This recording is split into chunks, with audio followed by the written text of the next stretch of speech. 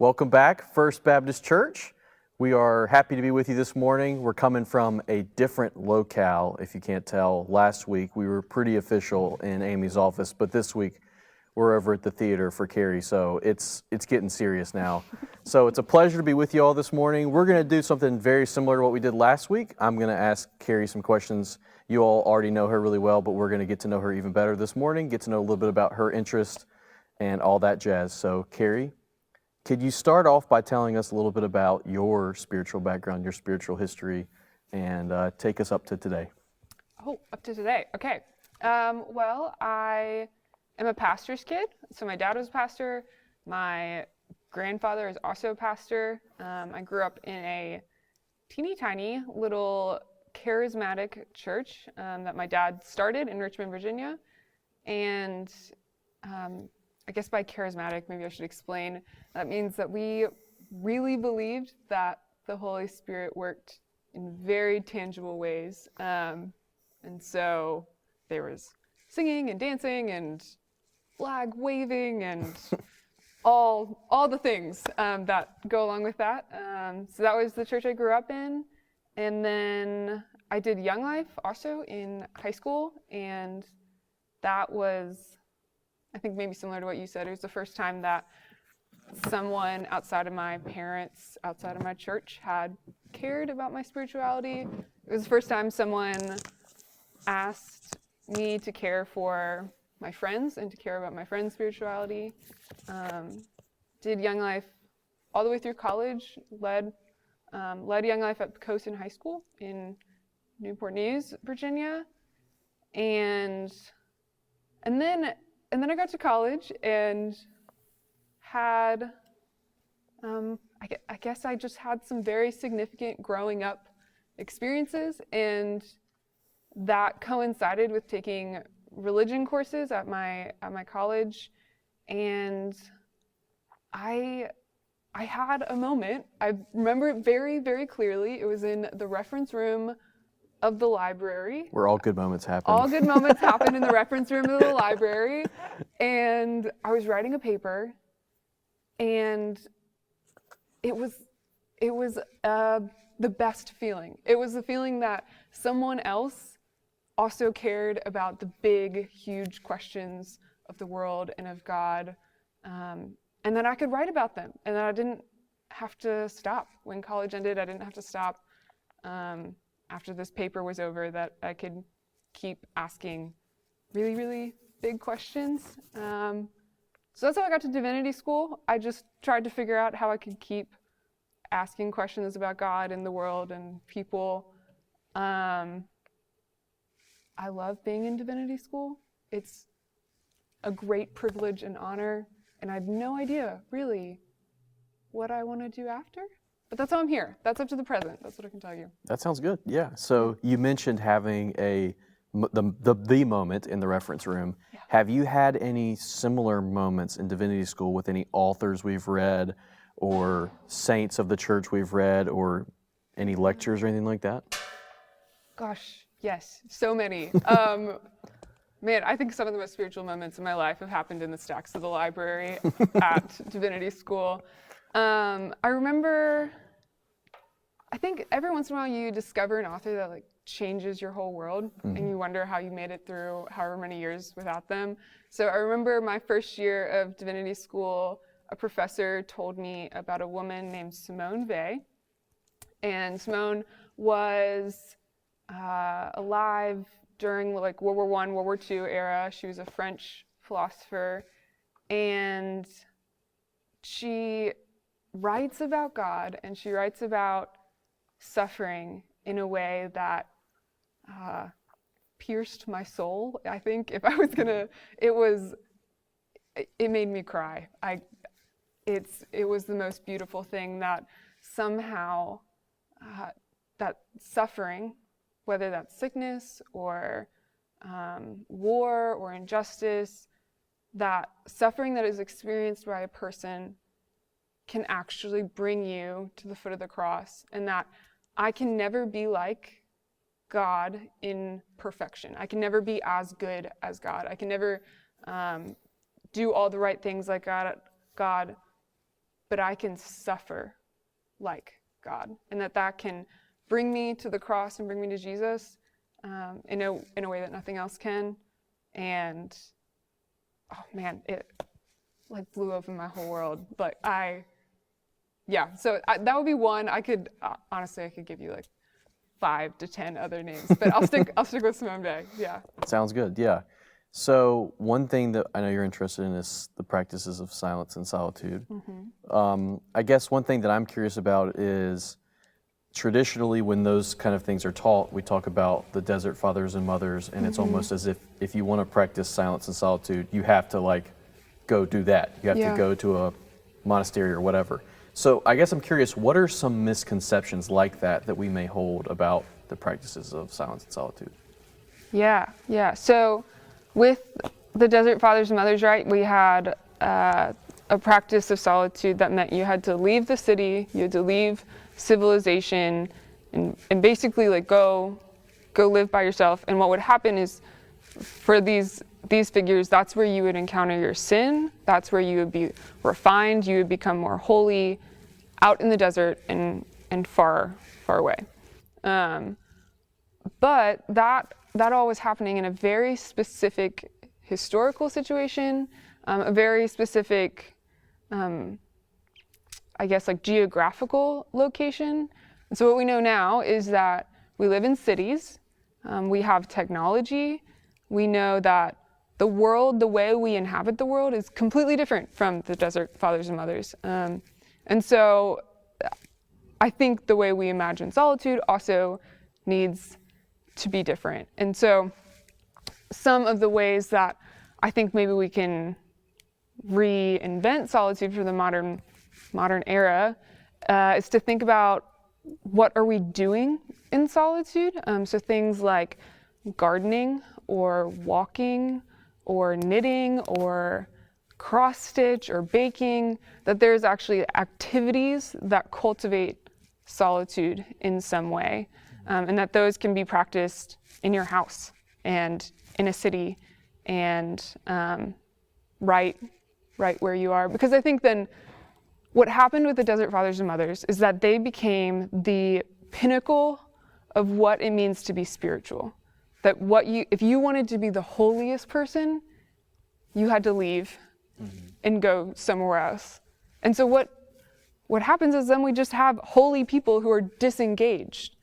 And I should also clarify, I love the Desert Fathers and Mothers. They did important work that no one else was doing at the time. But now we're here and we want to know how to practice spirituality in a way that in the end leaves me more responsible to the people around me, that I'm also still engaged, that I owe something to the person around me while also still caring for my own soul. And so I actually think this is really succinctly put with the hashtag that a lot of people have used with quarantine and COVID of alone together. And so what we need is a way in which we can cultivate aloneness, because I think something important happens for your soul and your spirituality when you're alone, that ultimately leads to you being together with other people, ethically and morally engaged with another person, and aware of how you can't escape community, that you are also your best in community. So wow. I think that answers your question. That was the $1 million answer, if you ask me. You kind of talked about this a little bit, but one thing that I thought about asking was, during this time of COVID, how, as you said, some people are experiencing a lot of aloneness, and so silence and solitude may seem like something that they don't want any more of, while other people's lives are so hectic that they're dying they just really want moments of silence and solitude. So that's not a fully formed question, but I guess what would you say to someone who is looking to maybe practice silence and solitude during this time, or you can take that question however you'd like. Okay.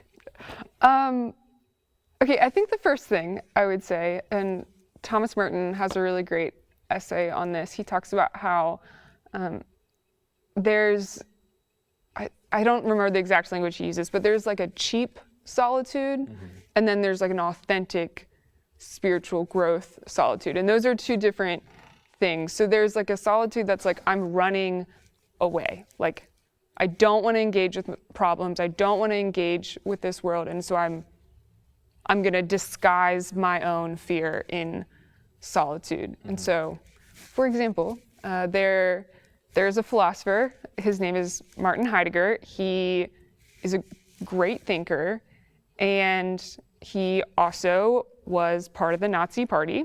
And when the time came, and he writes a lot about aloneness and solitude, but when World War II ended, and obviously being a part of the Nazi Party was horrific, he went to a hut in the middle of Germany, and he just stayed there. He didn't engage at all with his responsibilities, with the evil that he had done. He just stayed in a hut and said, I'm out. I don't want to participate in anything else. So that's like a kind of solitude that's like escapism, essentially. And then we have like an authentic solitude that requires you to engage your soul, that requires something of you, that makes you confront your own sin in some way. I'm way off your original question. No, but you're totally all that to good. say, so like during these COVID times, I think it's easy to feel like, oh, well, I'm just alone all the time anyways. And so do I really need to practice solitude? Do I really need to like set aside any time because I'm so alone all the time?